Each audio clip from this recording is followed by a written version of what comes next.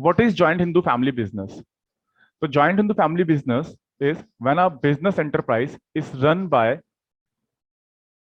the people belonging to the same family and they run the business as a family business. तो जो ये business है वो family business की तरह चला रहे हैं और इसके अंदर एक एंसेस्ट्रल प्रॉपर्टी है, इसको हम बोलते हैं it is called joint Hindu family business. In such a form of business the authority of control is in the hands of the karta who is senior most person of the family. और ये कर्ता कौन होता है? कर्ता को आप मुखिया भी बोलते हो.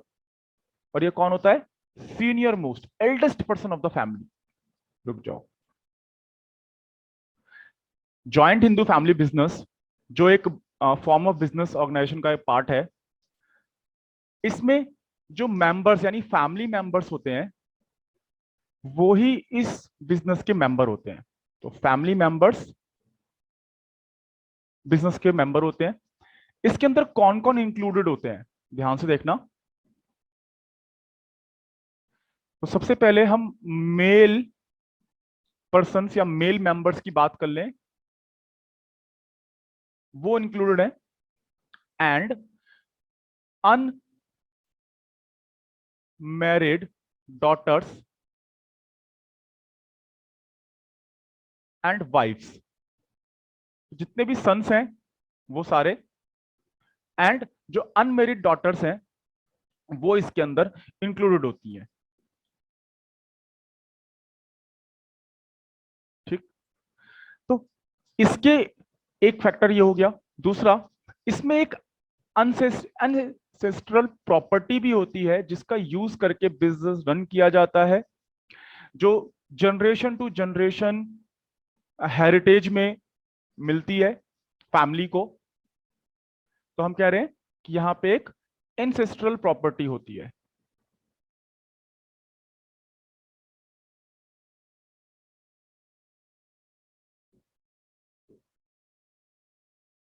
Ancestral property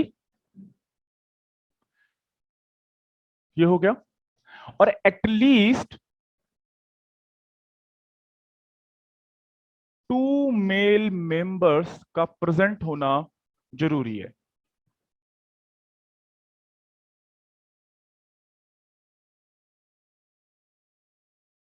members in the family.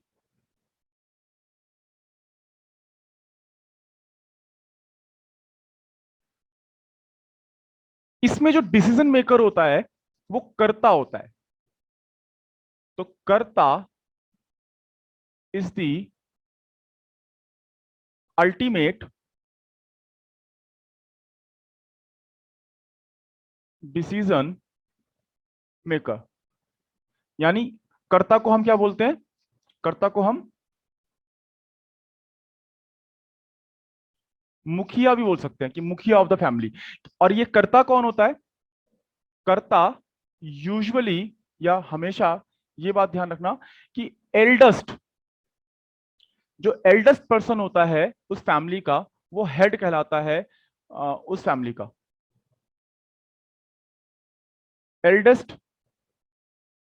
Person of the family. और जो दूसरे मेंबर्स होते हैं, जो अदर मेंबर्स हैं, वो को पार्टनर्स कहलाते हैं.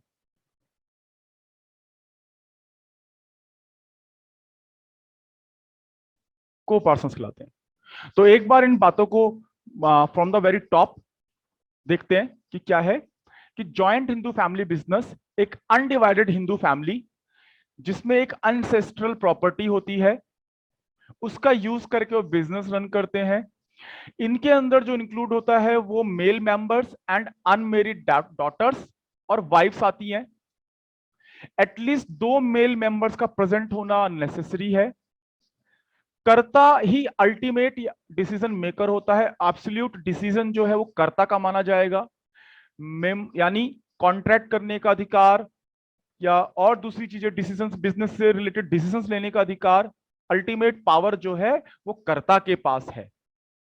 और कर्ता जो है एल्डेस्ट पर्सन होता है उस फैमिली का. कर्ता की डेथ के बाद, फॉर एग्जांपल, फॉर सपोज, अगर हमें समझना है कर्ता की डेथ के बाद अगला पर्सन कौन बनेगा? तो कर्ता की डेथ के बाद जो मोस्ट एल्डेस्ट पर्सन होगा वो अब नया मुखिया बन जाएगा, नया न्यू कर्ता बन जाएगा। और जो अदर मेंबर्स हैं वो को पार्टनर्स होते हैं उस फैमिली बिजनेस के। अब आगे हम देखते हैं हिंदू अनडिवाइडेड फैमिली के ऊपर जो दूसरे लॉ हैं, बिजनेस लॉ हैं, वो नहीं इंप्लीमेंट होते हैं। हिंदू अनडिवाइडेड फैमिली के अंदर जो Hindu succession act of Hindu law लगता है और it is found only in India. तो एक नोट के थ्रू हम इस बात को लिख लेते हैं।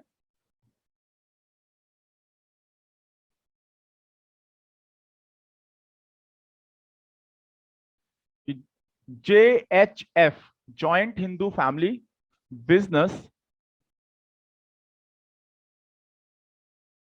is governed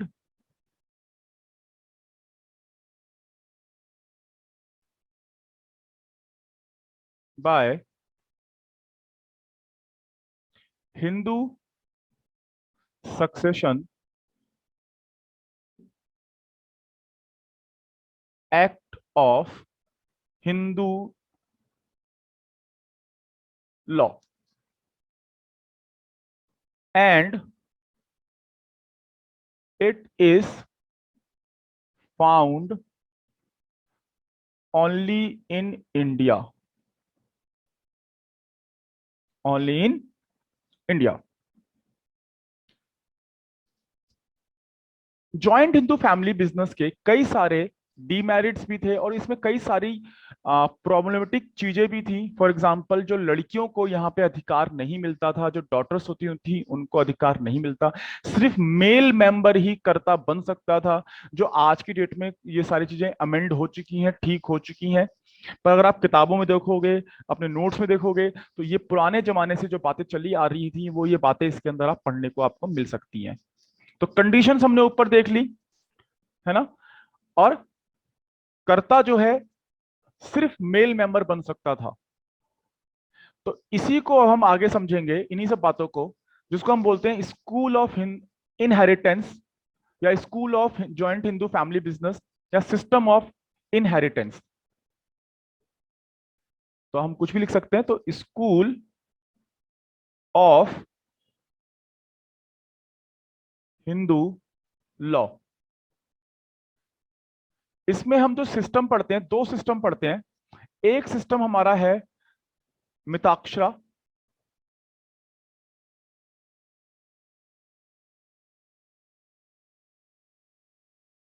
और दूसरा सिस्टम है हमारा दया भागा।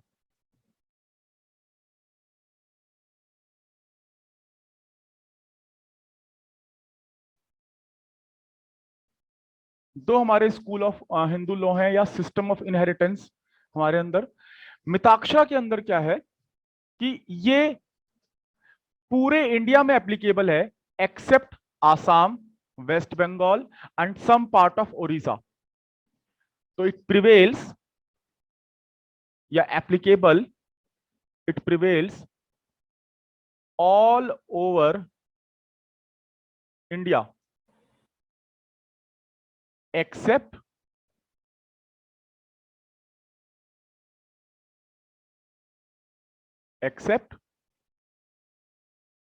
आसाम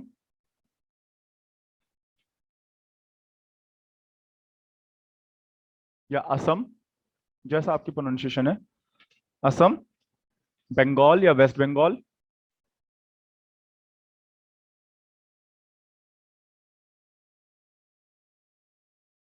एंड सम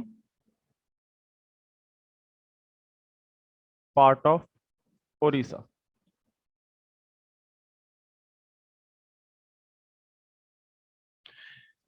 इस सिस्टम के अकॉर्डिंग सन को बर्थ राइट्स, बर्थ से ही, उसकी बर्थ से ही son gets, son gets all the equal rights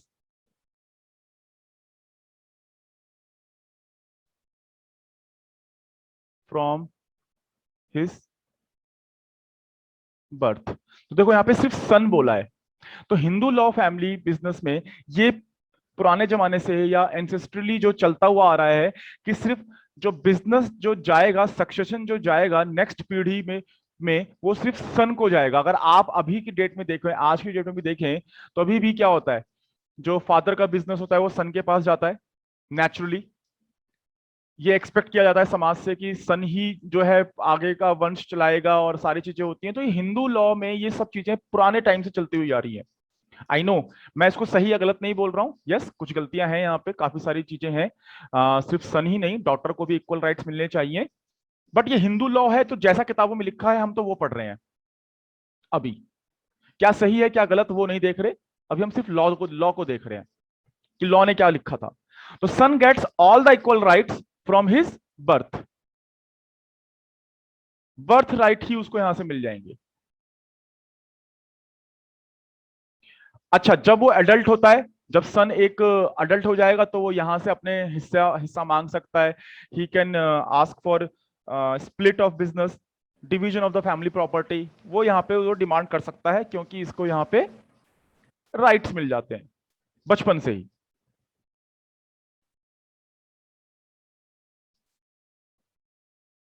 ना।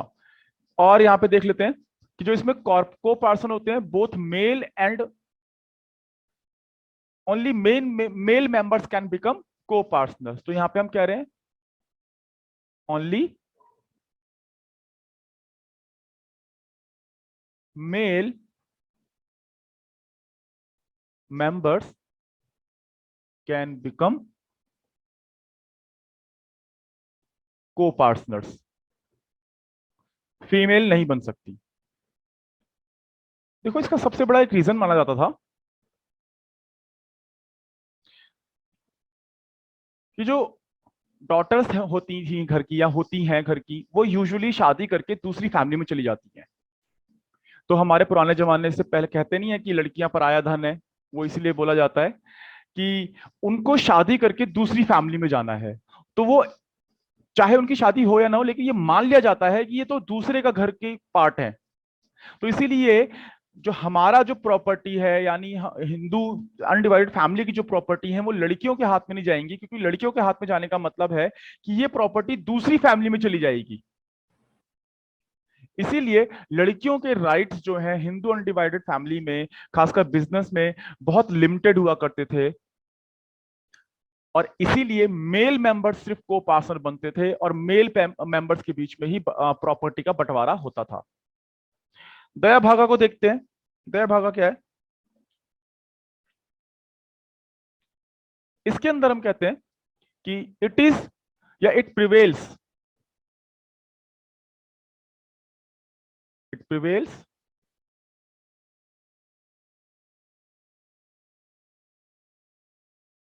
Only in Assam, in Assam, Bengal and some part of Odisha. तो आप देखो, मिताक्षरा जो है पूरे देश में एप्लीकेबल है except Assam, Bengal and some part of Odisha.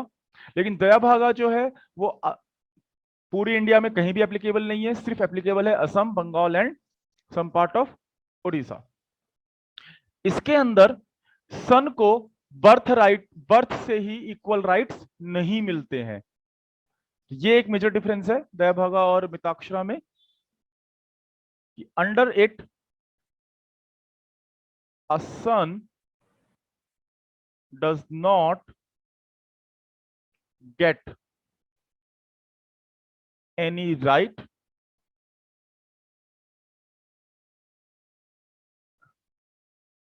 in the property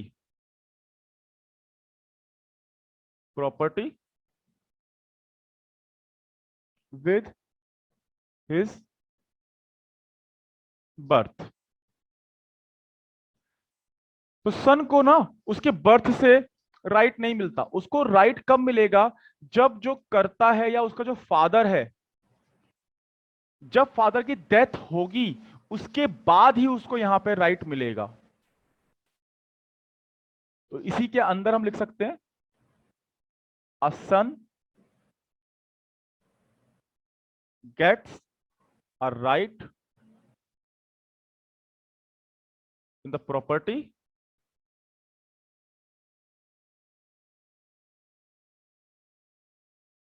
only after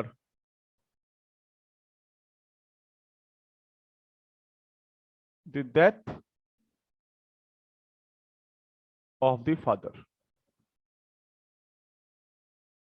तो इसके अंदर हम एक बात लिख सकते हैं कि जो फादर होते हैं वो एब्सोल्यूट पावर में होते हैं डिसीजन मेकिंग की। कब तक? जब तक वो जिंदा है, थ्रू आउट हिज लाइफ वो पावर में रहेंगे, डिसीजन मेकिंग उन्हीं की रहेगी। तो यहां पे एक नोट लिख लेते हैं कि ancestral property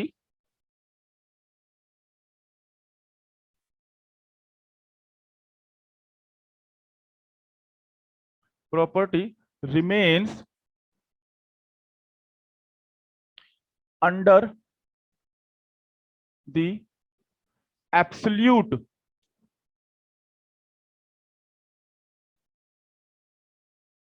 ownership of the father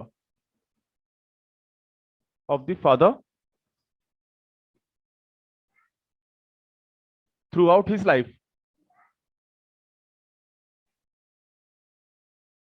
his life time. ये बात ध्यान रखनी है यहाँ पे, यानी फादर की डेथ के बाद ही सन को कुछ मिलेगा, अदरवाइज सन को भी कुछ नहीं मिलेगा। जब तक फादर जिंदा है तब तक सारे डिसीजंस फादर ही लेने वाला है। और इसके अंदर एक चीज है, कहते हैं कि बोथ मेल एंड फीमेल दोनों मेंबर्स बन सकते हैं, को पार्टनर्स बन सकते हैं।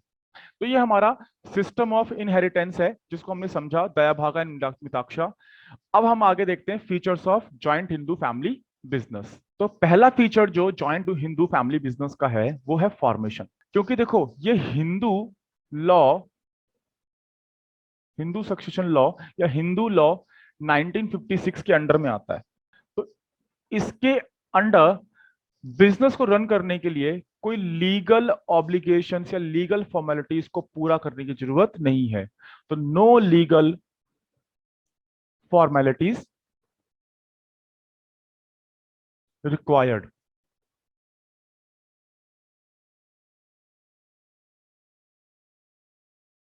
तो इसीलिए जो बिजनेस का जो फॉर्मेशन है वो बहुत इजी हो जाता है कि जब आप चाहें इस बिजनेस को स्टार्ट कर सकते हैं। बस एक कंडीशन है कि भाई at least 2 members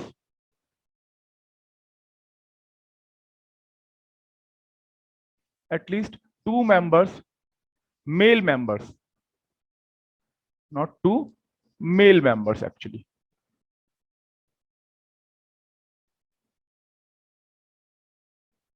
male members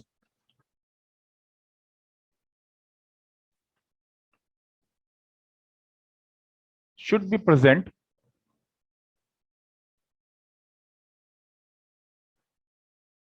and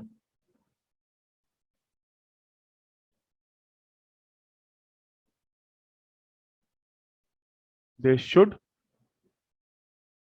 have inherited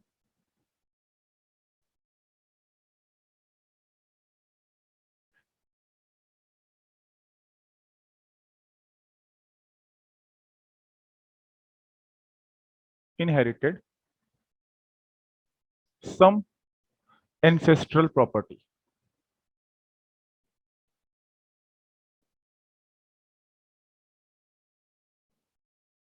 ठीक है, ये दो बातें होनी चाहिए कि कोई लीगल फॉर्मेलिटी तो यहाँ पे है नहीं, ये इसका मेन फीचर हो गया। और इसके अंदर क्या है, 2 मेंबर्स होते हैं, मेल मेंबर्स होने चाहिए और कोई ना कोई एंसेस्ट्रल प्रॉपर्टी होनी चाहिए, ये इसका फीचर हो गया पहले। Second, liability.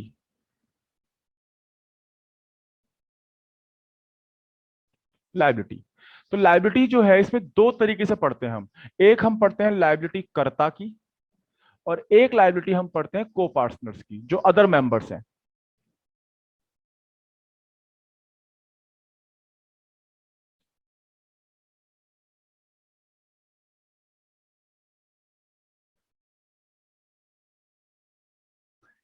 कर्ता की लायबिलिटी जो होती है वो अनलिमिटेड लायबिलिटी होती है, क्योंकि सारे डिसीजंस, सारे प्रॉपर्टी राइट्स सब इसके पास हैं। तो कर्ता की लायबिलिटी अनलिमिटेड हो गई, लेकिन जो को पार्टनर्स हैं उनकी लायबिलिटी लिमिटेड है। Limited to their share in the business. तो अनलिमिटेड लायबिलिटी का मतलब हमने सोल प्रोप्राइटरशिप में भी समझा हुआ है, जो हमने प्रीवियस क्लास में पढ़ा था, उसको एक बार फिर से देख लेते हैं। इसका मतलब यह है कि भाई अगर क्रेडिटर्स ऑफ द बिजनेस अपने ड्यूज को रिकवर नहीं कर पा रहे हैं, तो कर्ता की पर्सनल प्रॉपर्टी से वो अपने ड्यूज को रिकवर कर सकते हैं। ये राइट होता है बिजनेस के क्रेडिटर्स के ऊपर। तो भले ही बिजनेस की लायबिलिटी है, लेकिन बिजनेस की लायबिलिटी अगर बिजनेस की असेट से पूरी नहीं हो पा रही है, तो कर्ता की जो पर्सनल प्रॉपर्टीज होंगी वो भी क्या कहते हैं, क्रेडिटर्स यूज कर सकते हैं, अटैच कर सकते हैं to recover their dues. Third, control. तो एब्सोल्यूट कंट्रोल जो है या अल्टीमेट डिसीजन मेकिंग पावर जो है वो कर्ता के पास है। तो हम लिख रहे हैं एब्सोल्यूट डिसीजन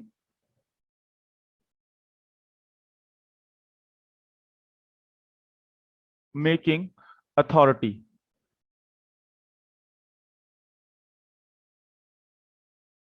किसके पास है? कर्ता के पास। कर्ता ने वो कहा कि काम होगा, यानी कॉन्ट्रैक्ट पे साइन करने का जो अधिकार है सिर्फ कर्ता की कॉन्ट्रैक्ट कर्ता के ही साइन चलेंगे। कोई और यहाँ पे कॉन्ट्रैक्ट में एंटर नहीं हो सकता, डिसीजंस नहीं ले सकता। लीगल कॉन्ट्रैक्ट जितने भी बाउंड होंगे वो कर्ता के साइन के थ्रू ही बाउंड होंगे, यानी कर्ता ही कॉन्ट्रैक्ट में एंटर हो सकता है, कर्ता ही कॉन्ट्रैक्ट कर सकता है। कॉन्टिन्यूटी।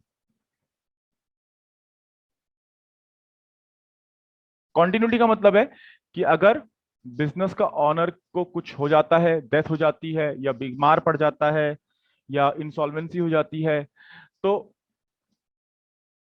उस समय बिजनेस के साथ बिजनेस के ऊपर क्या इंपैक्ट पड़ता है। तो सोल प्रोप्राइटरशिप में हमने पढ़ा है कि अगर बिजनेस के ऑनर की डेथ हो जाती है, या वो इलनेस कुछ बीमार हो जाता है या इंसॉल्वेंट हो जाता है, तो बिजनेस भी खत्म हो जाता है। यानी ऑनर की इनएबिलिटी टू रन बिजनेस के साथ साथ वो बिजनेस भी खत्म हो जाता है। लेकिन जॉइंट हिंदू फैमिली बिजनेस में कर्ता को अगर कुछ हो जाता है, या उसकी डेथ हो जाए, या वो बीमार पड़ जाए, he is unable to run business और टू टेक डिसीजंस, तो कर्ता के बाद जो टॉप या सीनियर मोस्ट पर्सन होगा वो अब न्यू कर्ता बन जाएगा, और बिजनेस आगे रन होता रहेगा। तो हम कंटिन्यूटी में क्या कह रहे हैं? यस, बिजनेस में run even after the death of karta. तो यहां पे हम लिख लेते हैं as after the death of the karta, the next eldest member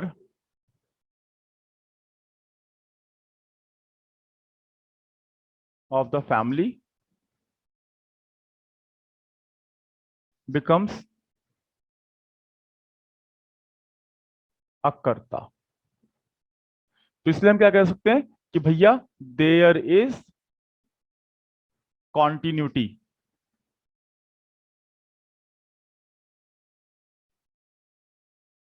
continuity in JHF business. Fifth point देखो, माइनर मेंबर्स। अब क्योंकि जो हमें फीचर पढ़ रहे हैं ना, तो हम एक जर्नल फीचर्स पढ़ रहे हैं, और ऑल ओवर इंडिया में जो रूल अप्लाई होते हैं, जो जॉइंट हिंदू लॉ जो अप्लाई हो रहा है, हम उसकी बात कर रहे हैं। तो all India except, all over the India except Orissa, part of Orissa, Assam and Bengal को छोड़कर, बर्थ से ही माइनर को, माइनर सन को राइट्स मिल रहे हैं। तो इसीलिए हम यहां पे लिख सकते हैं कि minors can become the member of joint Hindu family business by birth. Minors can also become a member of JHF business.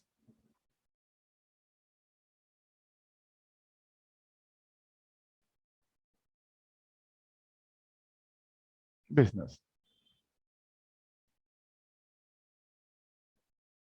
By birth. Sixth point है हमारा,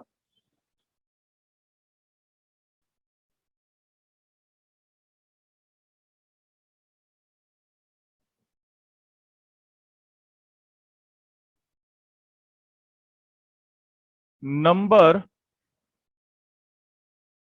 ऑफ मेंबर्स।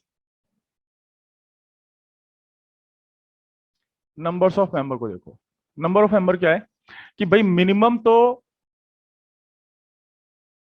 2 होने चाहिए, एंड मैक्सिमम में कोई लिमिट नहीं है। नो लिमिट, कोई limit नहीं है, बस इतना ही समझना है यहाँ पे। 7, रजिस्ट्रेशन।